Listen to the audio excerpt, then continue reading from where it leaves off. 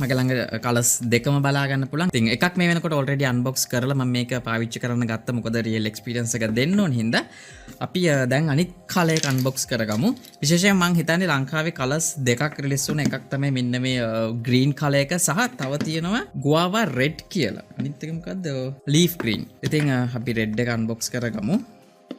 ඉතින් box එක නම් සාමාන්‍යයෙන් හැම Motorola device එකක් වගේම තමයි. විශේෂයෙන්ම advance warranty එකේ sticker එක බලා ගන්න පුළුවන් සහ main spec එක බලා ගන්න පුළුවන්. මේ විදිහට මම unbox කරගන්නම්.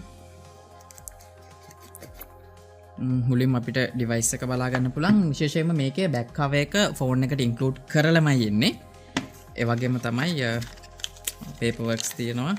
SIM remote tool එක බලා ගන්න පුළුවන්. සහ USB type C cable එකක් වගේම 20 watt adapter එකක් box එක ඇතුළෙම අපිට බලා ගන්න පුළුවන්. 20 watt. හැබැයි phone එකට support කරන 18 watt. ඒක චුට්ටක් ඔයාලා මතක තියාගන්න. නමුත් watt ගාන වැඩි adapter එකක් හම්බෙන එක ගොඩක් දේවල් වලට අපිට පාවිච්චි කරන්න පුළුවන්. wow. මේ තියෙන්නේ colors දෙක. මේ red එක, මේ green එක. කොහොම නමුත් දැකපු විශේෂම දේ තමයි රුපියල් 50000ට වඩා අඩුවෙන් සෑහෙන හොඳ spec එකක් තියෙන විශේෂයෙන්ම 5G phone එකක් වෙලා මේකේ ඩිසයින් එක සහ බිල්ඩ් ක්වොලිටි පැත්තෙන් සෑහෙනම හොඳ මට්ටමේ එක්ස්පීරියන්ස් එකක් තමයි ඔයාලට හම්බෙන්නේ. ඒක නම් මාරයි. මොකද කියනවනම් මේකේ ඩිසයින් එක සහ ඩියුරබිලිටි එක වගේම බිල්ඩ් ක්වොලිටි එක ගත්තොත් මම හිතනවා රුපියල් 70000කට වුණත් මාකට් කරන්න පුළුවන් කියලා. හැබැයි මෙයාල රිලීස් කරේ රුපියල් 46999කට.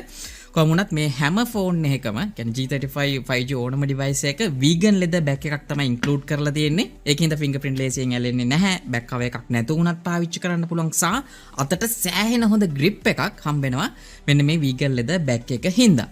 කොහොම නමුත් flat frames බලා ගන්න පුළුවන් විශේෂයෙන්ම side mount fingerprint sensor එකක්. ඒ වගේම තමයි 3.5mm audio port එකක් බලා ගන්න පුළුවන්. සහ secondary noise cancellation microphone එකක් පවා මේකේ හම්බෙනවා.